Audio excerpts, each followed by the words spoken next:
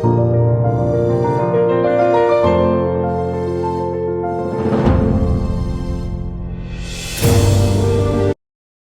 Supplementation के बारे में आयुर्वेद क्या कहता है? देखिए, पहली बात तो प्रोटीन शब्द का प्रयोग आयुर्वेद में नहीं हुआ है। लेकिन जो न्यूट्रिशनल रिक्वायरमेंट है प्रेगनेंसी के समय एक लेडी की और बेबी की, उसको आयुर्वेद ने बहुत अच्छी तरीके से समझा है और होलिस्टिक वे में समझा है। यहाँ सिर्फ न्यूट्रिशन देने की बात नहीं की गई है, ये भी ध्यान रखा गया है कि जो हम न्यूट्रिशन दे रहे हैं, वो मदर अच्छे से डाइजेस्ट कर पाए, एब्ज़ॉर्ब कर पाए। तो जो जितने भी जो फूड सप्लीमेंट्स दिए गए हैं, वो सारे डाइजेशन को देखते हुए दिए गए हैं और लिक्विड डाइट मेनली बोली गई है जो प्रॉपरली एब्जॉर्ब हो और दूध के डिफरेंट जो फॉर्म है, जैसे शुरू के 3 महीने में जो दूध है सिंपल दूध और कुछ मधुर रस वाली औषधियां दी गई है। इसके बाद जैसे जैसे उसकी प्रोटीन रिक्वायरमेंट मदर की हम जानते हैं कि बढ़ती है, वैसे वैसे condense form of protein source दिया गया है, जैसे दही, घृत, मक्खन, ये सारी चीजें आयुर्वेद में एडवाइस की गई है।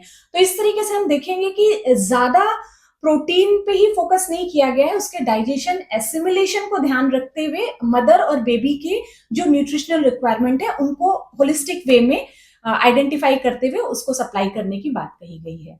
अब अगर इसी को हम थोड़ा और डिटेल में समझने की कोशिश करें तो आप देखेंगे कि जो वेस्टर्न मेडिकल साइंस है उसमें प्रेगनेंसी में जो न्यूट्रिशनल जो गाइडलाइंस हैं वो कहती है कि प्रोटीन का एक सर्टेन अमाउंट लेना है।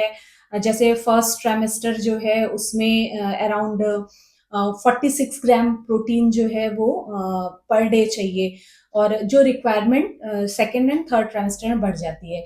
इसके अलावा फैट, कार्बोहाइड्रेट, डिफरेंट जो माइक्रोन्यूट्रिएंट्स हैं उनके बारे में एक गाइडलाइन है, लेकिन ये एक जनरल गाइडलाइन है और पर्सन टू पर्सन आप देखेंगे कि ये वेरी करता है। तो आयुर्वेद में जो है, आयुर्वेद में चाहे किसी के लिए भी न्यूट्रिशन की बात कही गई है, वहां इस बात पे ज्यादा इंपॉर्टेंस दिया गया है कि आपका डाइजेशन कैसा है। आप कुछ भी सोर्स ऑफ फूड ले रहे हो, वो लेते समय आपको सिर्फ उसकी क्वालिटी नहीं देखनी है, उसका बस nutritional composition in the form of protein, fat and carbohydrate नहीं देखना है। आपको अपना डाइजेस्टिव पावर देखना है, अपनी प्रकृति देखनी है, क्योंकि आयुर्वेद जो है वो जो फूड का न्यूट्रिशनल कंपोनेंट से ज्यादा उसकी प्रकृति देखता है कि वो आपकी प्रकृति पे वो किस तरीके से अफेक्ट डाल रहा है। मतलब मानिए अगर आपकी प्रकृति जो है वो वातज है और अगर हम प्रोटीन सप्लीमेंट की बात करें तो जैसे स्प्राउट्स हम मानते हैं कि रिच सोर्स ऑफ सप्लीमेंट है प्रोटीन के। तो अगर एक वातज प्रेग्नेंट लेडी अगर sprout as a protein supplement लेगी तो वो उसको फायदे के बदले नुकसान करेगा। वो उसको कॉन्स्टिपेशन की प्रॉब्लम बढ़ा देगा स्प्राउट, उसको गैस की प्रॉब्लम बढ़ा देगा, उसका डाइजेशन डिस्टर्ब हो जाएगा। तो है तो वो प्रोटीन का सोर्स अगर आप वेस्टर्न डायटिक्स के रूल के हिसाब से देखें, लेकिन आयुर्वेद वात पित्त कफ के हिसाब से देखता है और वो आपको खुद अपनी बॉडी में देखने को मिलेगा। आप किसी वातज लेडी को खिला के देखिए और उसको प्रॉब्लम होने लगेगी। और वहीं अगर हम जैसे हमने अपने पिछले वीडियो में भी बताया है जहां हमने प्रोटीन सोर्स की के क्वालिटी के बारे में बात किया है, वहीं अगर इनिशियल जो 3 मंथ है उसमें जब आयुर्वेद बात करता है कि शुरू के 3 मंथ में दूध देना है, तो दूध भी प्रोटीन सोर्स है, दही भी प्रोटीन सोर्स है और पनीर भी प्रोटीन सोर्स है। आयुर्वेद फर्स्ट 3 मंथ में दूध लेने की बात करता है। वहीं अगर आप मॉडर्न डायटिक्स के हिसाब से अगर सोच के आप कि दूध अच्छा नहीं लग रहा आप दही दे दें, आप देखेंगे दही जिन लोगों को देंगे, अगर पित्तश प्रकृति की लेडी है तो दही से उसको शरीर में पित्त बढ़ेगा, रक्त दुष्टि होगी। और अगर वो रेगुलर ले रही है और स्पेशली अगर गर्मी के सीजन में ले रही है, हम गर्मी के सीजन में हम सभी सोचते हैं दही लेना चाहिए, ठंडा होता है, लेकिन सच्चाई इसके उलट है। दही उष्ण वीर्य का होता है, उसकी क्वालिटी जो होती है वो उष्ण होती है। तो ऐसे केसेस में एबॉर्शन के चांसेस बढ़ जाएंगे, ब्लीडिंग के चांसेस बढ़ जाएंगे।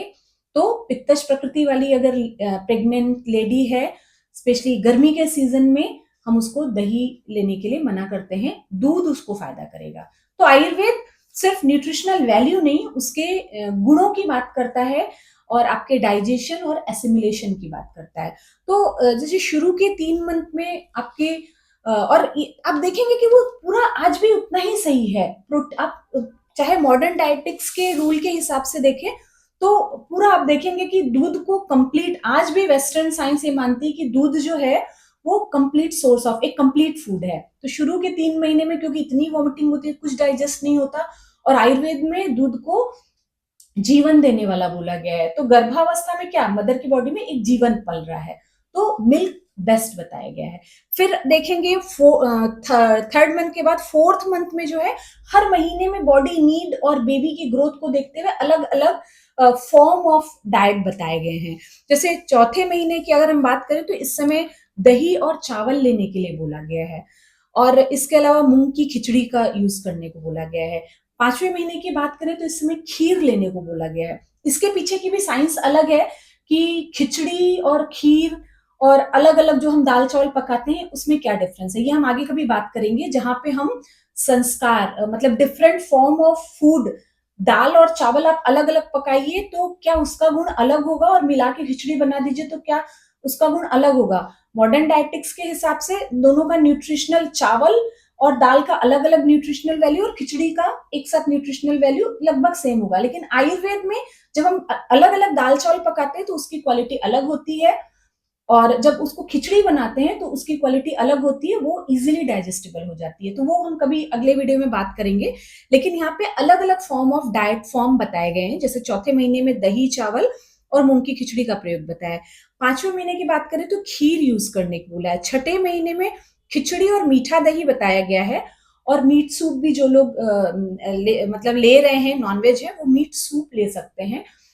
आप देखेंगे कि इसके पीछे भी बहुत डीप न्यूट्रिशनल साइंस है, ये हम और एक्सप्लेन करेंगे अगले वीडियो में अपने। और 7वें महीने में फिर खिचड़ी, और 8वें 9वें महीने में दही या दूध का सेवन हमें ज्यादा करना चाहिए। और आप देखेंगे कि पर मंथ जो न्यूट्रिशनल रिक्वायरमेंट है, जो बॉडी में चेंज हो रहे हैं, वो ये अगर आप डाइट फॉलो करते हैं तो प्रेगनेंसी बहुत स्मूथ जाती है, और न्यूट्रिशनल जितनी रिक्वायरमेंट्स है वो भी पूरी होती है। तो ये आयुर्वेद की ब्यूटी है, जहां सिर्फ न्यूट्रिशनल कंपोनेंट के अलावा हमारे डाइजेशन और उसके एसिमिलेशन को ध्यान में रखते हुए बॉडी की रिक्वायरमेंट्स पूरी की जाती है। Thank you ma'am. वेलकम।